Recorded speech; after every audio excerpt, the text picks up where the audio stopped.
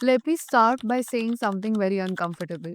CLAT में जो aspirants हैं जिनके एग्जाम्स क्लियर नहीं होते हैं, इट इज़ नॉट बिकॉज उनकी प्रिपरेशन वीक होती है या फिर उन्होंने सिलेबस अच्छे से किया नहीं होता है.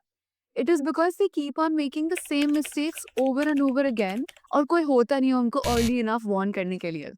So in today's video, I am going to talk about 4 such mistakes that you may also have been making in your preparation, जो कि आज तो आपको बहुत ज़्यादा harmless लग रही है, but tomorrow it's going to cost you your rank. So let's start talking about these particular mistakes so that you can make and you can do your preparation, ensuring कि आप इस particular trap में ना पड़ो. The first is not giving mocks because you don't feel ready. देखो, बहुत सारे बच्चों को मैंने एक्सक्यूज़ देते हुए सुना है। मैंने खुद भी काफ़ी टाइम तक ये एक्सक्यूज़ दिया था कि मैं मॉक्स तब देने बैठूँगी जब मेरा सिलेबस खत्म हो गया होगा, या फिर मैं अपने आप को डिमोटिवेट नहीं करना चाहती, या मैं अपने आप को जब मैं इतना-इतना कर लूँगी तब मैं मॉक्स देने बैठूँगी। सी मॉक्स जो है, मॉक्स आपका रिवॉर्ड नहीं है आपकी प्रिपरेशन का। मॉक्स हेल्प यू अंडरस्टैंड कि what are the places that you need to focus on.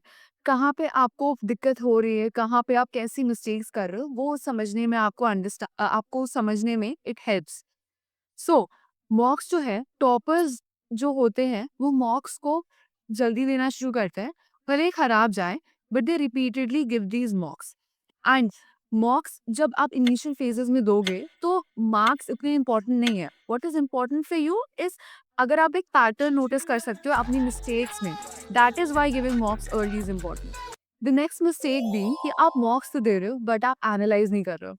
See, this is the most dangerous and harmful thing that you can do during your preparation. कि आप 2 घंटे mock दे रहे हो, but उसके बाद आपने बैठ करके एनालाइज नहीं किया कि अगर गलती हो रही है तो क्यों हो रही है. सी 2 घंटे आप मॉक दो, कम से कम 2 से 3 घंटा आपको एनालाइज करने में लगना ही चाहिए. See it is very important because it helps you कि आप एक पैटर्न नोटिस कर पाओ कि गलती हो रही है तो क्यों हो रही है. Sit and write down. जब भी एक मॉक दे रहे हो, बैठो और देखो कि कोई क्वेश्चन जो गलत हुआ है वो क्यों गलत हुआ है. ठीक है, and not just a wrong question. Even अगर आपका कोई क्वेश्चन सही हुआ है, go and see the explanation. देखो कि क्या वो सही रीजनिंग की वजह से सही है या नहीं है. हो सकता है आपने कोई और रीजनिंग लगाई हो तुक्के में. It's a fluke, that is why got correct. Maybe the reasoning was something else. So it helps you understand your own thinking in much more depth. अब अगर कोई भी आपसे कोई क्वेश्चन पूछ रहा है कि आपका ये क्वेश्चन जो है वो गलत क्यों हुआ है, and if you are not able to tell them कि तुम्हारा क्वेश्चन क्यों गलत हुआ है, दैट मीन्स आपने मॉक एनालिसिस सही से नहीं किया. The third mistake that you may be making is not practising enough. See reading is not equal to understanding the concept. अब लीगल ले लो. Just because you have read the law does not mean कि आप उस law को apply कर सकते हो. लॉजिकल रीजनिंग में just because you know the pattern does not mean कि आपको सॉल्व करना भी आता है.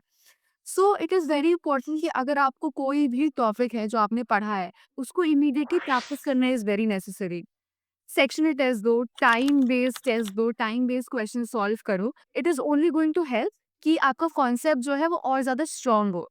Now, the biggest mistake that I think that students may be making is not giving time to self-study. Coaching में 4-5 घंटे आपने दे दिए, बट घर आकर के पढ़ाई ना करना, that is a very big mistake. अगर आप ये कर रहे हो, कोचिंग में you are understanding the concept, they are helping you to answer the questions. But घर पे आके खुद पढ़ना is a completely different thing. एक एक्टिव रिकॉल होता है, आप जब खुद पढ़ते हो तो the concept really sits in your head and nobody can get it out of your system that easily. So if you are considering yourself a serious CLAT aspirant, you need to ensure कि ये 4 गलतियां आप नहीं कर रहे हो. And that is it for today's video. We will see you in the next one.